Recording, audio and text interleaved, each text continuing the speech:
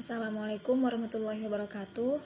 Alhamdulillahirabbil alamin wassalatu wassalamu ala asyrofil anbiya'i wal mursalin wa ala alihi wa sahbihi ajmain amma ba'du.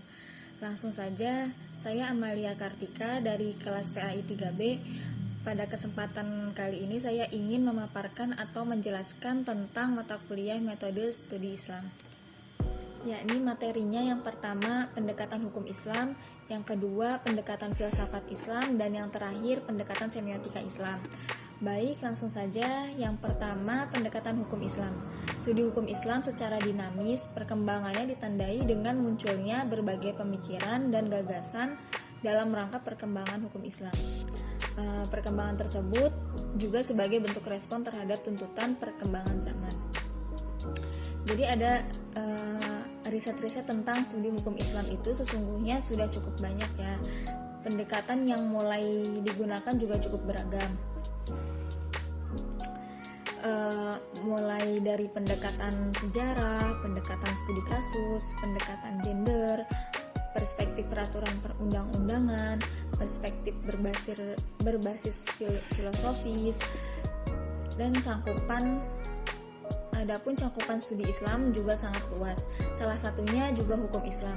Fokus studi hukum Islam adalah aspek dari ajaran Islam. Ya, baik aspek isi penjabaran atau penerapan ajaran.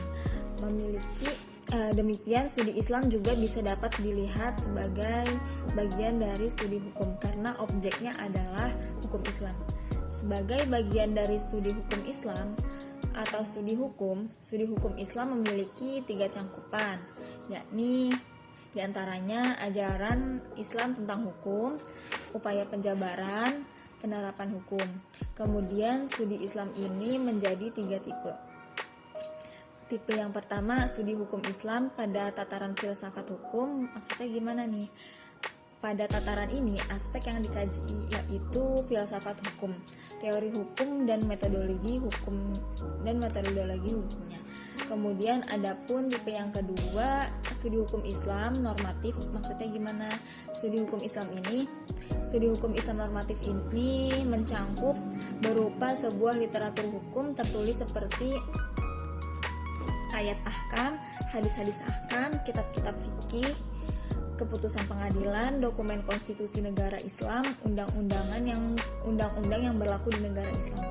Kemudian yang ketiga itu studi hukum Islam empiris. Apa saja sih cangkupannya studi Islam empiris itu? Cangkupannya antara lain yaitu adalah sosiologi hukum, antropologi hukum, politik hukum, psikologi hukum, ekonomi hukum, dan fisiologi hukum.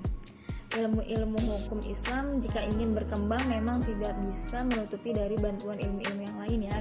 Bantuan cara berpikir dan metode ilmu-ilmu sosial sangat diperlukan untuk memperkuat posisi ilmu hukum Islam.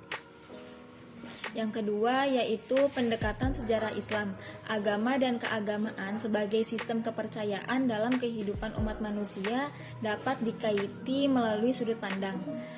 Islam khususnya sebagai agama yang telah berkembang selama 14 abad lebih menyimpan banyak masalah yang perlu diteliti, baik itu menyangkut pelajaran dan pemikiran keagamaan maupun realita sosial, politik, dan ekonomi budaya.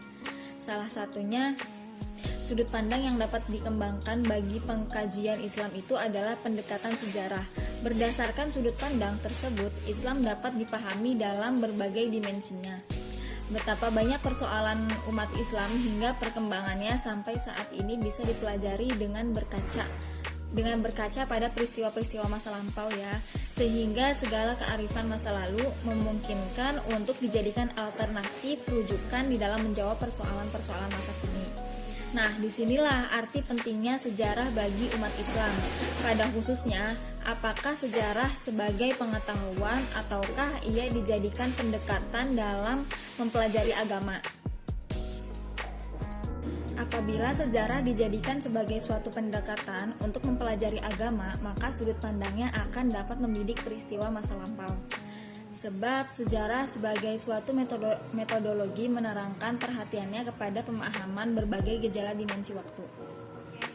Aspek kronologi suatu gejala agama atau keagamaan merupakan ciri khas di dalam pendekatan sejarah. Karena itu, penelitian terhadap gejala-gejala agama berdasarkan pendekatan ini haruslah dilihat dari segi prosesnya dan perubahannya. Bahkan secara kritis, pendekatan sejarah itu bukanlah sebatas melihat segi pertumbuhan, perkembangan, serta keruntuhan mengenai suatu peristiwa, tapi juga mampu memahami gejala-gejala struktural yang menyertai peristiwa. Inilah pendekatan sejarah yang sesungguhnya perlu dikembangkan di dalam penelitian masalah-masalah agama. Dalam konteks penelitian, pendekatan-pendekatan ini tentu saja mengandung arti satuan teori, metode, dan teknik penelitian. Bahkan pendekatan untuk memahami agama diantaranya yaitu ada teologis, antropologis, sosiologis, psikologis, historis, kebudayaan, dan pendekatan filosofis.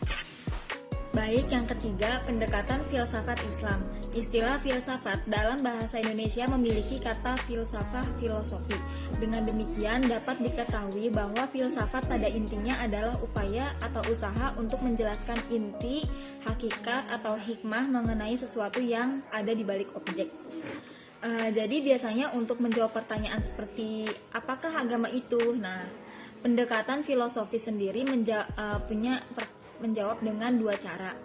Yang pertama, penyelidikan mendalam seputar makna agama dan apakah agama itu benar atau tidak. Dan yang kedua, yaitu pemeriksaan menyangkut makna agama bagi kehidupan manusia. Pada umumnya, kita dapat menyatakan pendekatan-pendekatan filosofis memiliki 4 cabang.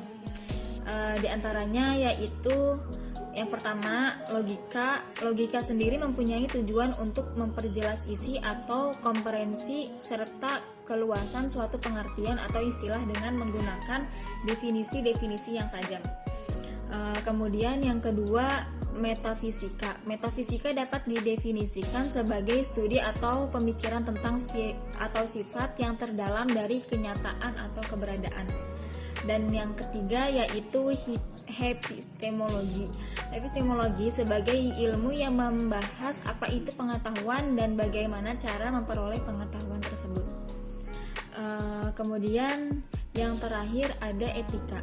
Studi tentang perilaku atau studi dan penyelidikan tentang nilai-nilai gimana kita hidup atau cara kita hidup dengan yang lainnya dalam suatu komunitas lokal, komunitas nasional maupun komunitas internasional.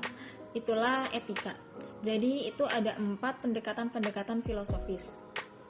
Kemudian setidaknya ada 3 jenis atau model yang termasuk pendekatan filsafat modern atau kontemporer yang digunakan oleh kajian Islam ini. Di antaranya yaitu ada yang pertama pendekatan hermeneutika, yang kedua pendekatan teologis filosofis, dan yang ketiga pendekatan tafsir al-Safi. Baik, yang keempat yaitu pendekatan semiotika Islam. Pendekatan semiotika merupakan sebuah pendekatan yang memiliki sistem sendiri berupa sistem tanda.